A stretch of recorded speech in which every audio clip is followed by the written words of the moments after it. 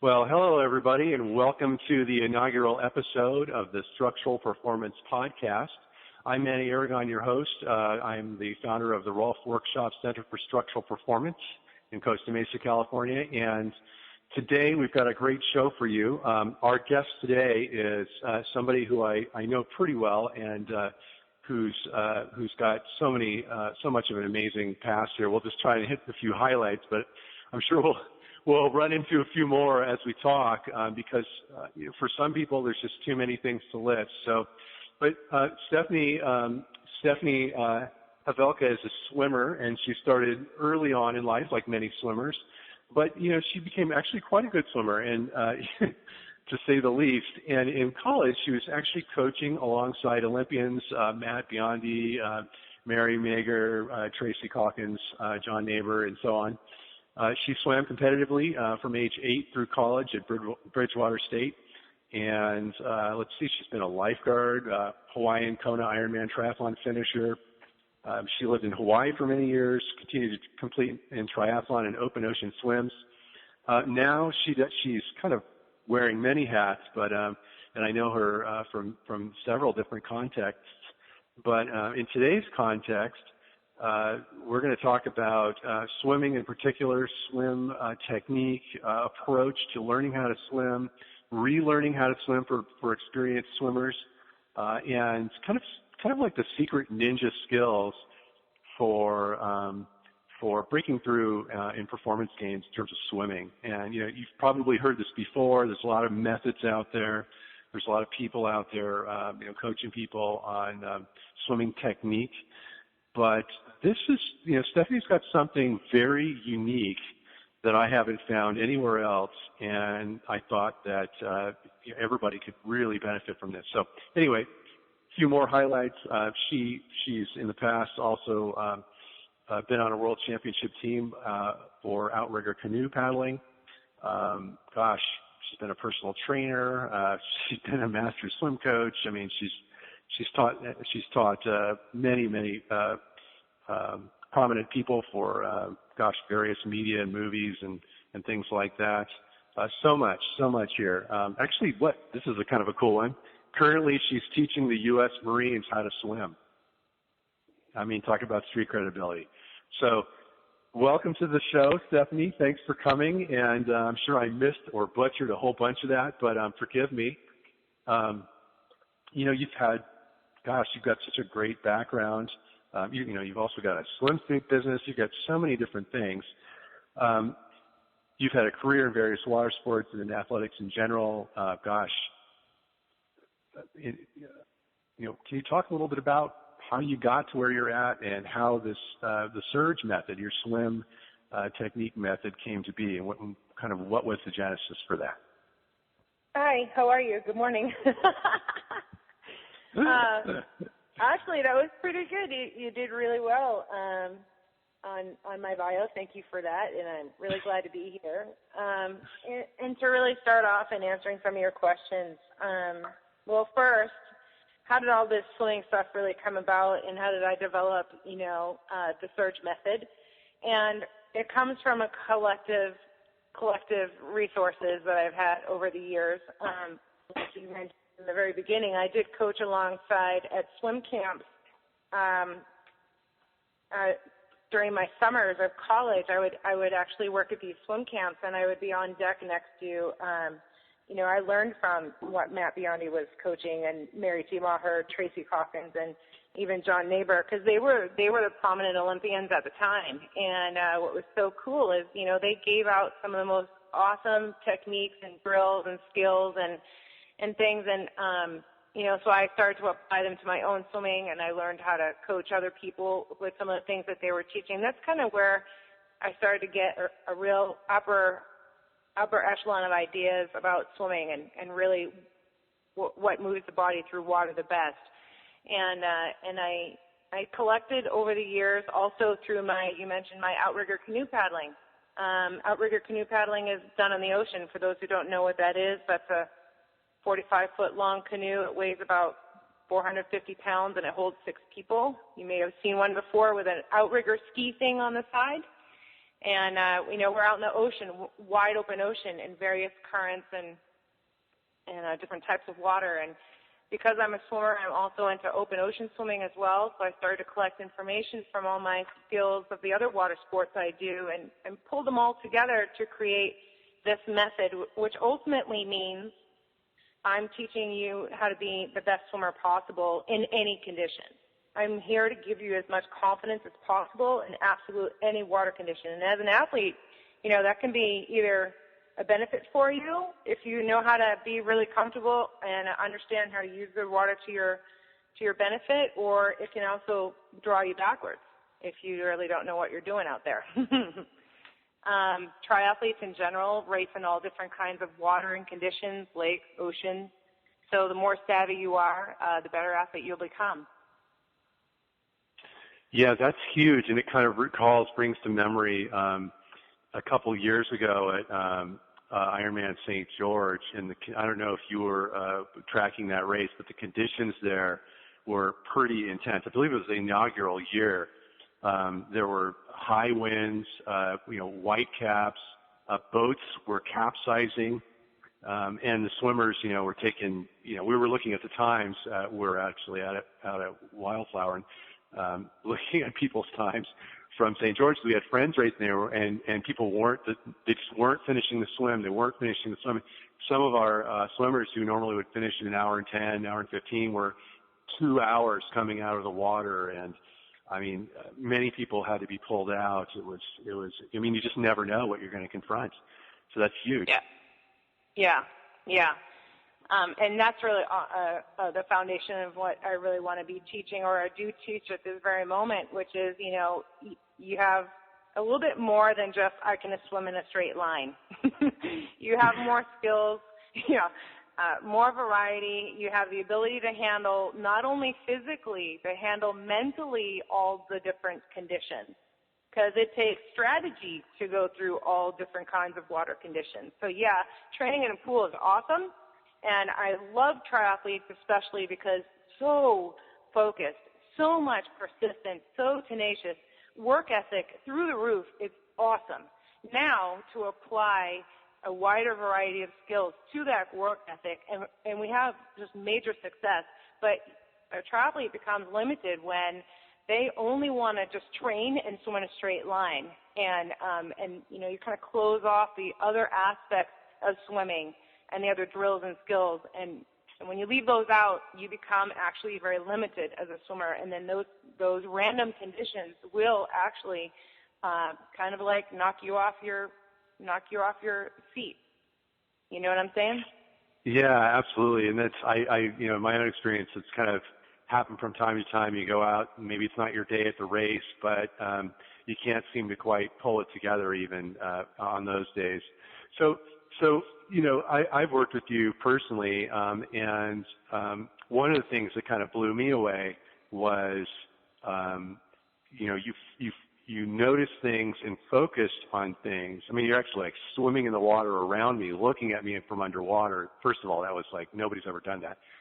Second of all, you noticed some things and took me through some drills that I have never been through with any kind of coach, and it made me kind of realize that many of the things that I was doing today at age 44, having swum since I was a child, were things that I learned as a child and never evolved through. So, what are some of the common things that you see happening to the swimmers out there, and where are they going wrong? Like me, for example. You bring up a good point, which is, you carry things from when you were younger up until now, and there's absolute truth in that.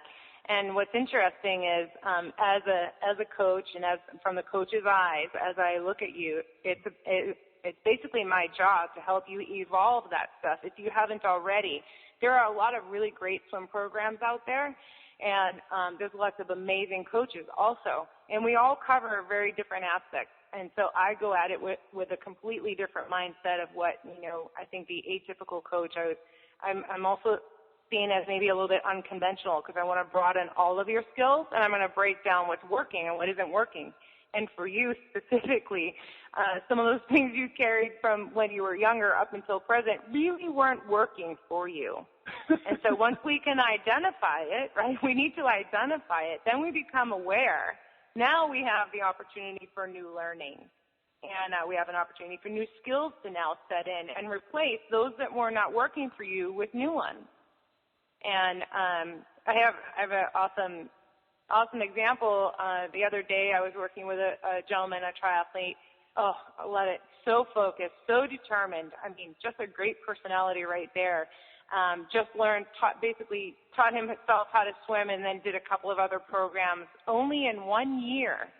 You know, and he's already pulled off a 2.4-mile ocean swim. And, I mean, it was, for him, he says it was slow as molasses and not really where he wants to be. And so we identified some of the hiccups that he was having, and it was so challenging for him, even in only the things that he'd learned in 1 year, to overcome some of those things that weren't working already. You see what I mean? It only took a year to already develop a habit that really wasn't efficient. So we're already starting to tweak those things, and well, first identify them, and then second, give him a way to actually move through them.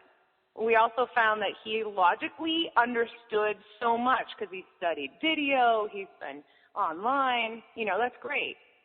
But sometimes there's a disconnect between the logical mind and the actual body experiencing what you're actually seeing online and having had learned. See, until you actually do it, it's kind of like you can read a book to fly a plane all you want. Until you actually fly the plane, yeah, you don't really have the experience of flying a plane. Well, and you don't know what it's supposed to feel like, or you know, you might see what it looks like. But I for many years, I taught martial arts. I teach movement now, and one of the things that would happen is we would show some type of idea of movement, and then the class would try and replicate that. And then, of course, that's where the kind of coaching comes in, because you know, you can see people are off base in various ways, or they just totally misinterpreted the idea. Some of them are doing something completely different, you know, and they think they're doing what they think they saw you do. So that's, I don't think you can get away from really, I mean, if you want to be really good at anything, you've got to have a mentor. You've got to have a coach, somebody who has been there before, who's been through all of the basics, who has a sound fundamentals, you know, and just inherently understands that, so they can kind of guide you compassionately, you know, in the right direction. Yeah, exactly. In fact, I spend a lot of time focusing, and I even did it again this weekend with this gentleman as well, which is I always end up peeling back the athlete for a second and really looking at the foundation.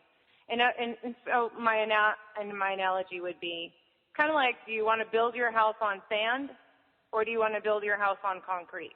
Because once that foundation is laid, you're going to try to put a structure on top of it.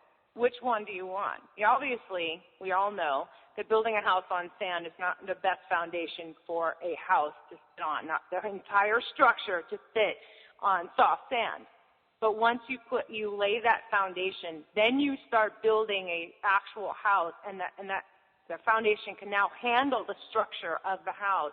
And that's how I build and how I work with my athletes. We lay that foundation so strong so that no matter what, by the time we get to actual awesome technique to actually get the body moving through everything that we need it to do, we have it down.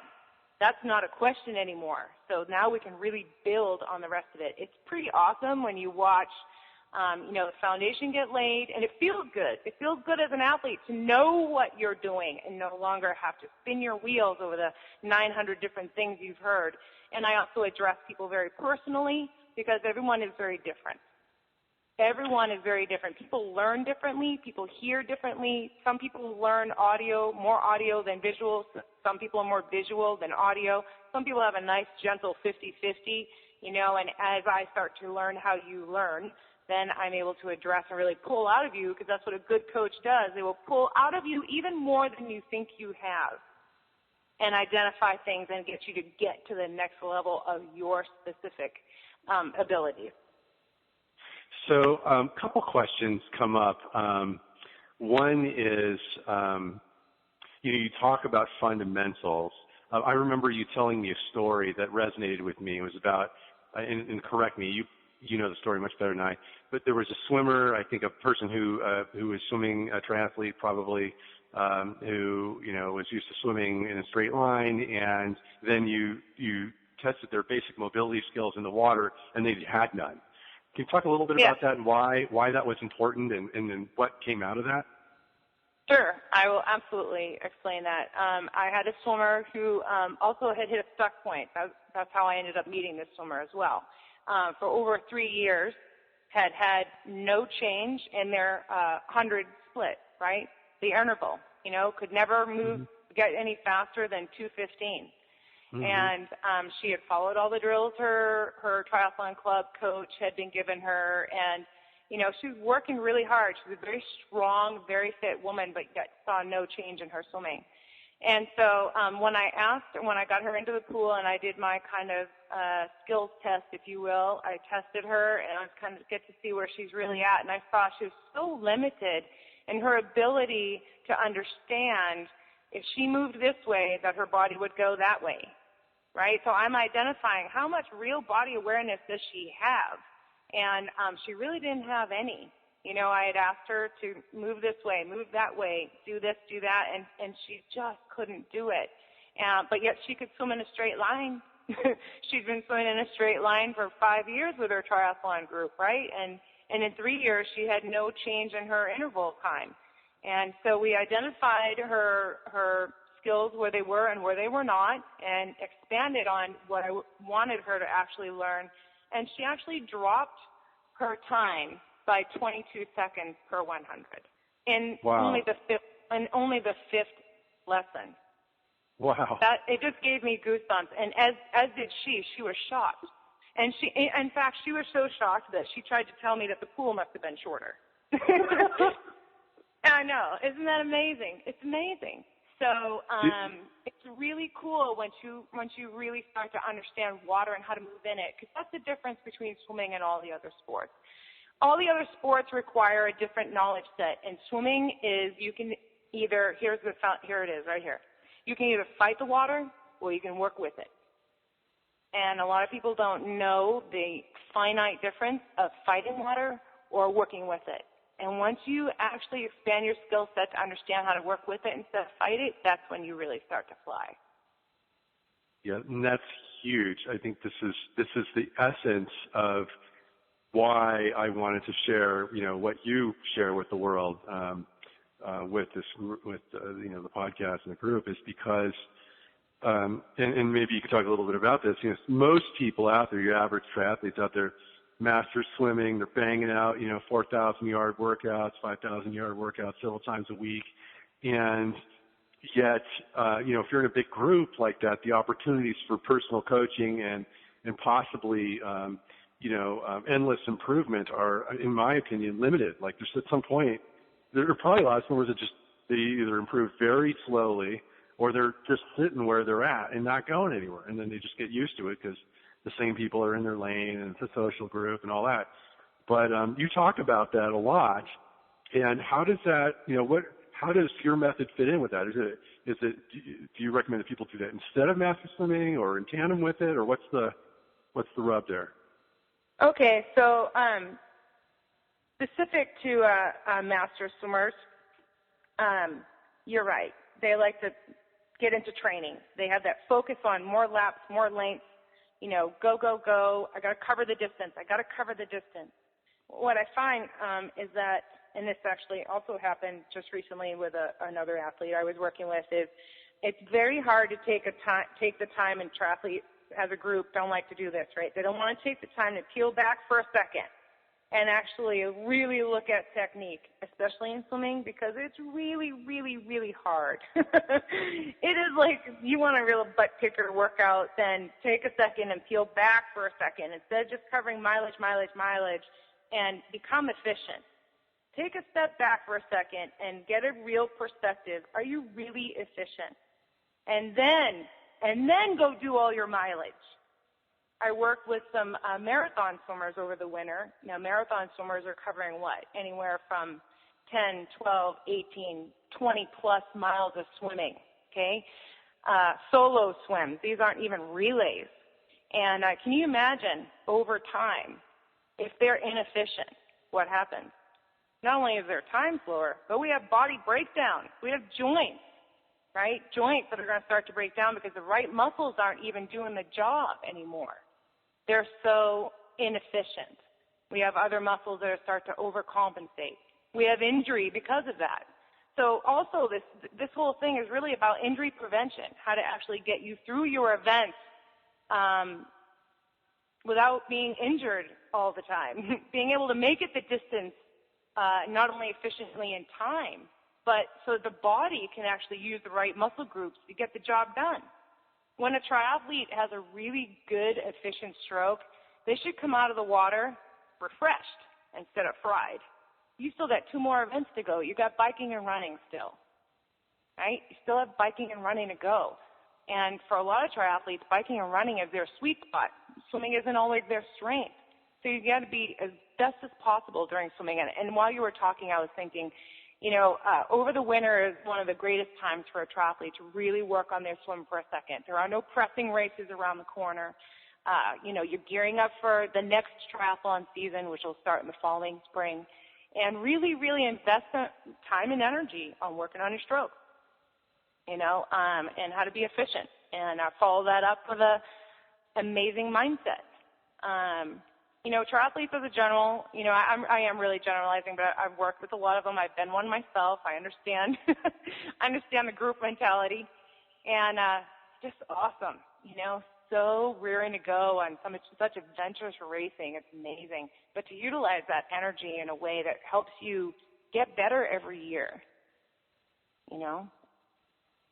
Yeah, and that's huge. I want to shift gears a little bit here because something that there's another kind of area that I think is super unique and special about how you incorporate all these things together, and that is getting back into ocean skills in general, kind of basic ocean skills, reading the water, knowing, having that kind of like tribal knowledge of how the changes occur or can occur in different environments in the ocean under different, water conditions, weather conditions, and so on. Can you talk a little bit about like how you work with people there, and like how are those skills applicable to, say, let's just pick on triathletes again. Like, how are those skills really applicable? Okay, pretty awesome. Anytime you're going to go out and do an event, it's important that you know your venue, right? It's important that you understand what's happening so that you can actually have a strategy, right? And that strategy is pretty important. I feel like I'm losing my train of thought, Manny. You might have to edit that out. No, that's okay. That's okay.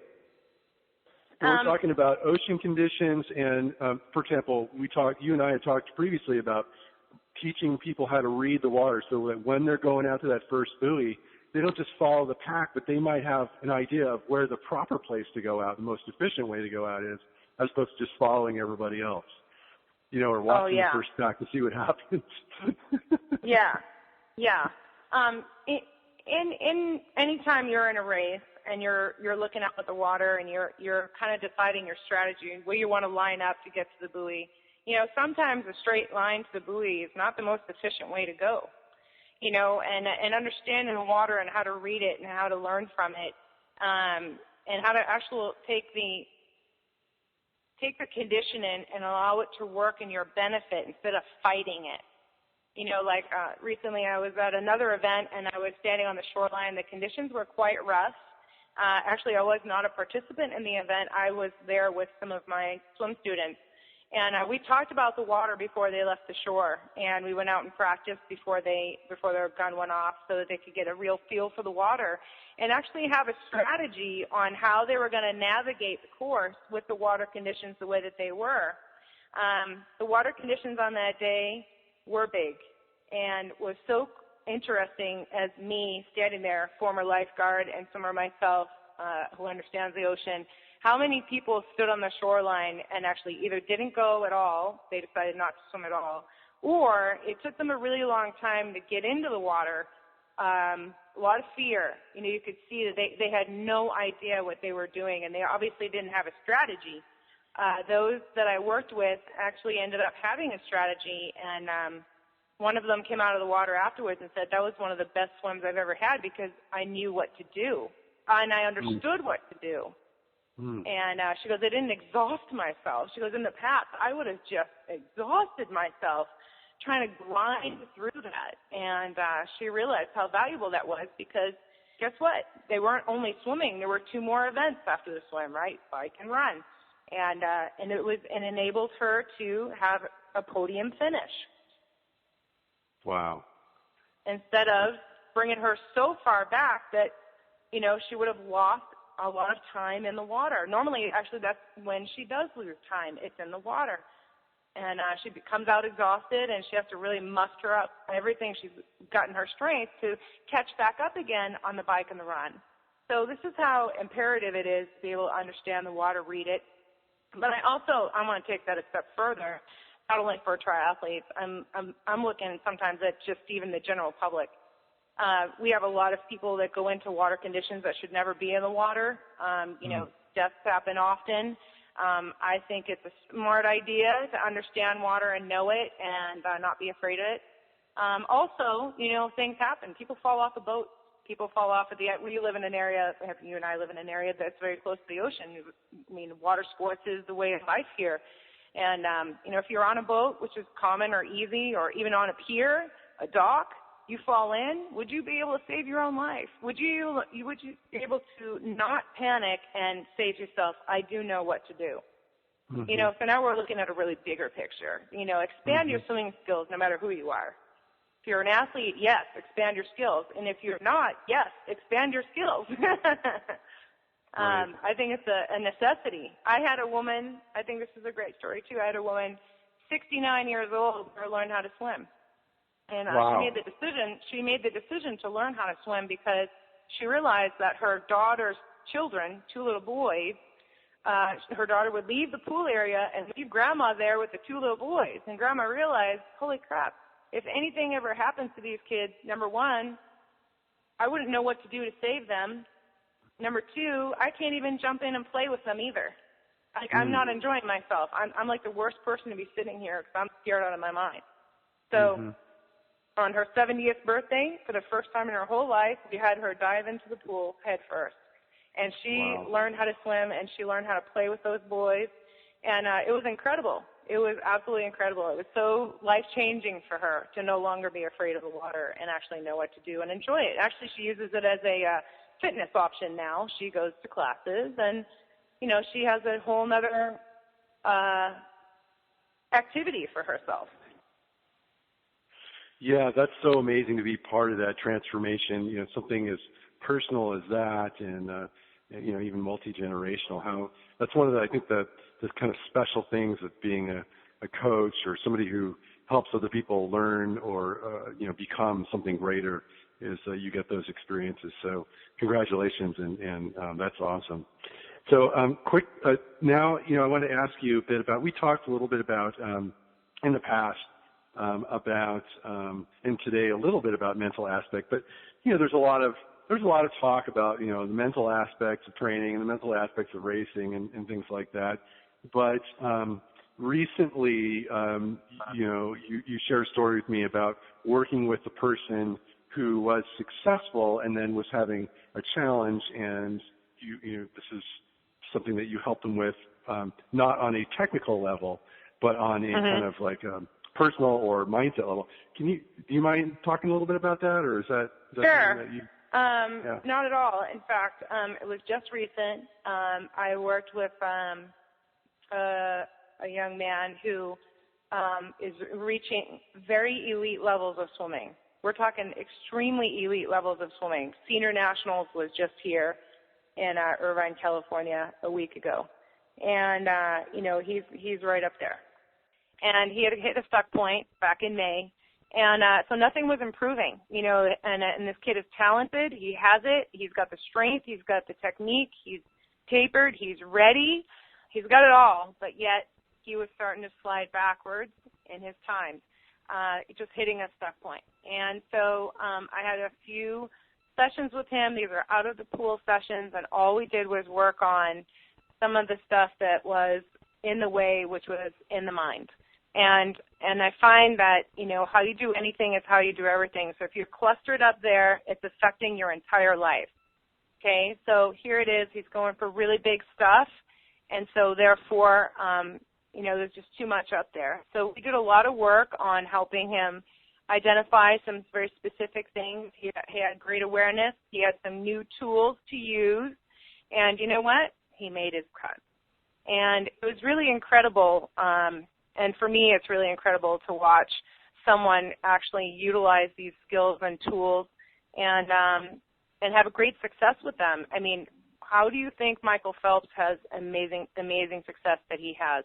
I got into a discussion about him this morning because he has a mental toughness or a mental awareness that is so far different than everyone else's. There are other people that are fast and that can be at his level, but he's consistent. He's consistent. He has a mental way that people don't even talk about. That is the undercurrent of exactly why he is who he is.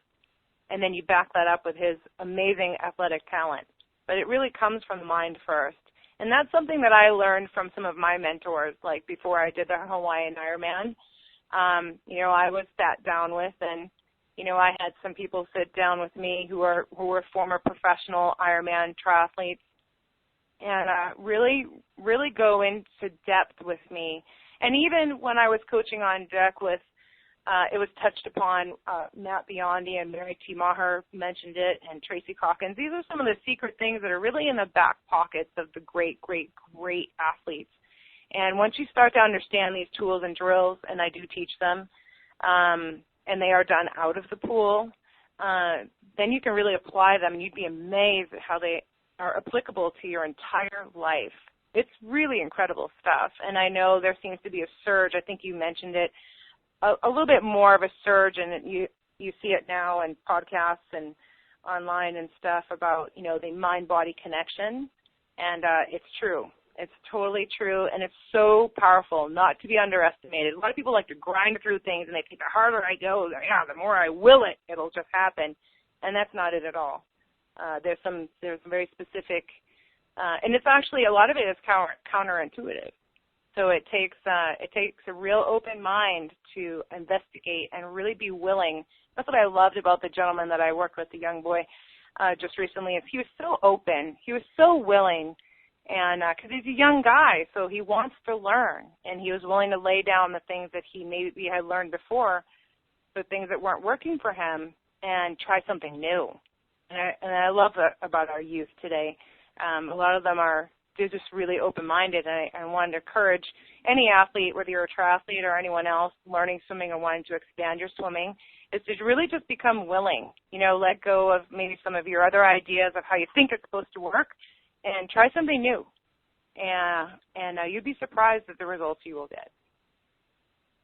Awesome, an amazing story, and I just, you know, I'll throw this out there because to me it adds credibility that for those people who don't really know it, I guess the levels of swimming that Stephanie was talking about for this kid, he's basically being courted by Division I Ivy Leagues, and you know they're kind of fighting over him at this point. So he's an extremely accomplished swimmer. He's at the highest levels, you know, at the age group, and so you know this is like it was a make or break moment, and you helped them turn it into a make, and that's awesome. That's amazing. So, I mean, what a privilege to be part of that. So maybe you can talk a little bit about body conditioning, and, you know, is there, you know, especially triathletes, you know, we get so caught up in the day-to-day, you know, grinding the miles out, the workouts, you know, hammering it out. We kind of, there's this macho aspect to, you know, the mile count. You know, I ran this many miles today, and I biked this many miles today, and I swam this many yards today, and, you know, but what about just basic body conditioning, strength training, and things like that? Where does that play any role at all, or where does that fit into what you teach in your method? I love that you talked about the boasting of how many miles I did today. After I did the Kona Hawaiian Ironman, I actually stayed in Kona. I just decided to live there for a few years, and the local peeps are just as much into triathlon as the rest of the globe is. And it was amazing on a daily basis. God, I felt like I really had to keep up. And actually, when you say, I did weight training today, it just doesn't have as much oomph behind it as when someone can say, I rode 115 miles, and I did a brick. I did 100 miles plus a 10-mile run, It doesn't have the same oomph, but to be honest with you, sometimes the triathletes, I'm not to pick on you guys, but I love you because, like I said, you're tenacious as all heck. Sometimes the more is better theory it actually works against you. You've got to understand that there are components to be a well-rounded athlete, so you can actually pull in the skills and drills, the recovery, and all the specifics that you did off the bike, off the run, and off the swim that actually pull together when you're in the middle of a race, and that would be things like, weight training, very specific weight training, specific for swimming, specific for biking, specific for running. You don't have to spend a lot of time in a weight room, but you do have to do at least some body work, core work especially, and then part of the recovery being elongating the muscles. Oh, we love that word, which ultimately means effective stretching, yoga, utilizing tools and like you who offer rolfing. It's all part of injury prevention. We love that word, prevention. We don't want to go after we're injured and have to sit out.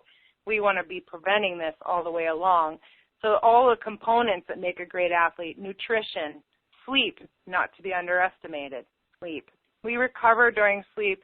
I don't even know all the statistics. I don't spew out the statistics real well. But, it's just incredible. I know for me as an athlete, as I've tested my own body, the difference between when I run myself into the ground and over mileage, or when I've actually diversified my training with some cross training. I've spent a little time doing yoga. I've gotten the massages. I've, made sure I was hydrated and I topped off my nutrition, made sure my sleep was part of the picture. I became so much better when I stopped just looking at the grind and the mileage, and I started to look at me as a well-rounded athlete, and I definitely fine-tuned my mental. I definitely spent some time fine-tuning my mental, and everything came together beautifully, and I believe that's exactly why I got invited to be part of world-class teams, and then when I raced, I could really pull it up from the bootstraps when I really needed it. Like it was there. Mentally, I was there. Physically, my body came back. Boom. It was there. So to answer your question, that would be my well-rounded answer. Well, thanks. And you definitely hold presence. And I think that presence comes from, just the foundation that you spoke about during this interview, and the various skills and the confidence and the mindset and, the self-care and all those things. It's like, they all come together synergistically to create, who you are and who you are going to be when you approach whatever obstacle it is that you're going to, that you're going to overcome. So, that's, I have one thing I want to add in. I want to add into that. I think this is very poignant. Mary C. Maher, who was known as Madam Butterfly when she went to the Olympics and won her golds, I asked her at one point, how did you know when you get up on the blocks? How did you know, you're standing on the blocks next to the best, the other 8 or 9 women on the blocks next to you are excellent. They are the best of the best too. How did you know that you could actually do it?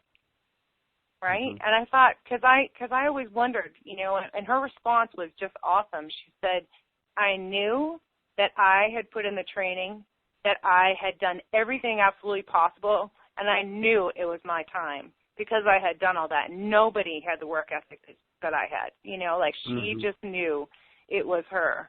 And that bold confidence led her to gold. And I was like, wow, she just exemplified such, and it was a very undercurrent, calm, quiet confidence. And I thought, wow, that was incredible. Gave me goosebumps. Mm-hmm. So now, given all that, what can, say, the average endurance athlete out there do to better train their swimming skills to improve physical performance? And what are things they can do kind of right now? Say, if you could leave people with a couple of things that they could go out to the pool or go out to the ocean and do right now, what would be some of those things that you'd recommend? Well, I think that even before you do all that, you gotta have to have an honest look at yourself. Are you really satisfied with your times and where you are? And if not, have you developed an actual strategy to get better? That's even more important than standing on the pool deck and pounding out a drill or pounding out another set and so on. Is it, have you actually stepped back for a second and gone, this is what I'm doing this year. Here's my strategy. Here's who I'm going to work with. These are the points that I'm weak at. Have I chosen people and mentors and coaches to assist me through the areas that I want to strengthen? I think that's far more important than any drill that I could actually give over the phone. Or, I really feel that's a stronger component. And also, and be honest. Have a candid honesty with yourself. And then, develop a plan and hunt out or find the people that you want to work with who will help you develop and work through those strengths or weaknesses that you have. Awesome. So for those people out there who want to keep up with you and, connect with you and hear more about, what we've talked about today and learn more about the Surge Method, what's the best way to contact you or to keep up? At this moment, my email for the Surge Method is surgemethod@gmail.com. And my website's not completely built at the moment, but you can also connect with me on Facebook. We're starting a brand new Facebook page, so if you want to be first in, I'd love to have you. And that is, Facebook, and then it's the fan page of Surge Method. Awesome, and we'll post that link. So in case people type it wrong or whatever, the links will be up. We'll post the email if that's all right with you, so people will have an easy way to. So those will be in the show notes, folks. So look for those, and definitely connect with Stephanie and the Surge Method on Facebook. And I mean, you've got so many cool things you do, seminars, training, for people who are here, people who are away. There's different ways that you can interact with you. So wow. Well, I want to thank you. Yeah, you're welcome. I was going to say, I do run workshops and I do one-on-one specifically. So I'll keep you guys posted on that on those two outlets. Awesome. Well, thank you so much for coming today and sharing what you have to share. And it's, again, like I try and pick out people who have these little nuggets. And, we could just say, oh, today we have a swim coach, but we don't have just any swim coach. We have a very special person who's, done very specific things, led a very specific life, and come to some very specific conclusions, which have helped you and your swimmers be, successful in a way that others have not. And it's not to belittle others, but it's just to say that the skill sets you have are unique, and what you share is unique. And this is why, I'm so happy that you came to share this with us. So thanks again, Thank Stephanie. you so much for inviting me. Thank you. Yeah, and for everyone out there, go ahead and those show links will be there. Thank you for listening. This is Manny Aragon for the Structural Performance Podcast, and I'll be signing out until next week.